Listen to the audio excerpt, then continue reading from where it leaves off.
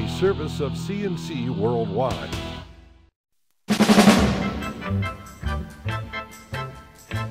The Daily is a service of CNC News and Jib Jab greetings. I'm Bud Lowell. You find your AccuWeather forecast right along the top of all CNC local news pages. Keep an eye on that forecast. Unusually warm weather for Tuesday, and we may hit or possibly even break the record for this date of 66 degrees. The Rochester City School District will be one of those chosen to add 300 hours of classroom time to their school year.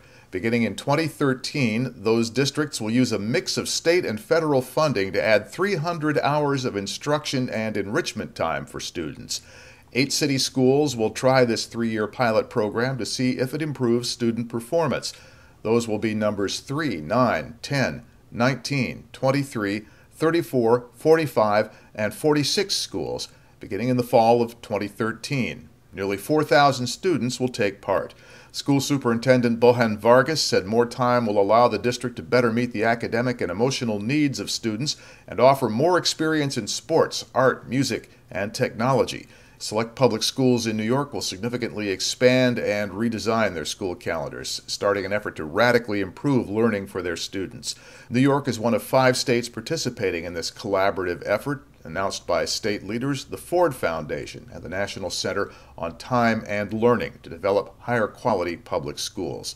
The pilot program schools will be looking at different ways of applying the extra hours. Some will try longer school days, others a longer school year, and others staggered school days, with some students coming earlier and some staying later. All will compare results after 3 years to get a better handle on what works best. Nice to see you, sir.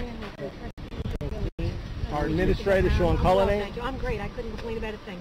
A new Siena poll finds New Yorkers giving Governor Andrew Cuomo high marks for his handling of the Hurricane Sandy crisis. Also, a shift in what we as New Yorkers believe about climate change in the wake of Sandy and last year's severe storms. Siena polled New Yorkers statewide at the end of November.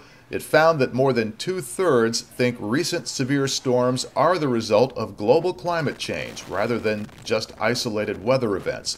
Pollster Steve Greenberg said at least 63% of voters from every region of the state, including 2/3 of upstaters and 3/4 of those in the New York City area, say the severe storms demonstrate global climate change. Greenberg said more than 8 out of 10 Democrats think so. Republicans are nearly evenly divided. 46% think climate change, 44% think isolated events.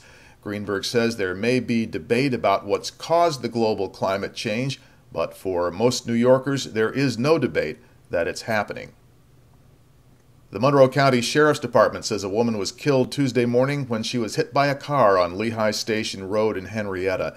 Deputies say the woman was walking along the road about 6:30, just before sunrise, when she was hit.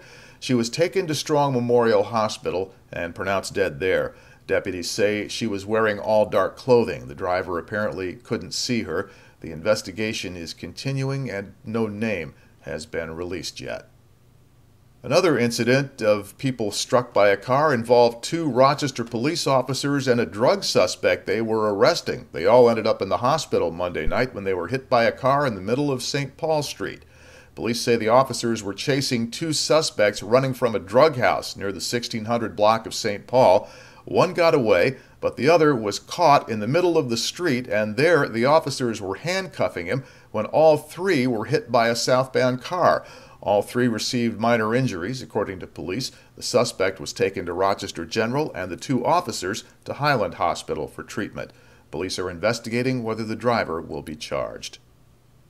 And a Monroe County grand jury has indicted a Brockport man on animal cruelty charges. He injured a pit bull puppy so badly the animal had to be put down. Brockport police say 22-year-old Keshawn John Charles slammed the 3-month-old puppy against a wall, then tried to drown it in a bathtub because it defecated on a blanket. Another person intervened, but the dog was badly injured and had to be euthanized. That incident happened back in August. To the left of this player window, you'll find links to these and other news stories, and at the bottom of the page in that gray bar, links you can use, post us your news items, things you've written, shout-outs, and because we're a community news resource, we also want to know about wedding and birth announcements, business openings, all that sort of thing. Post it to us, and you'll see it here on the Daily.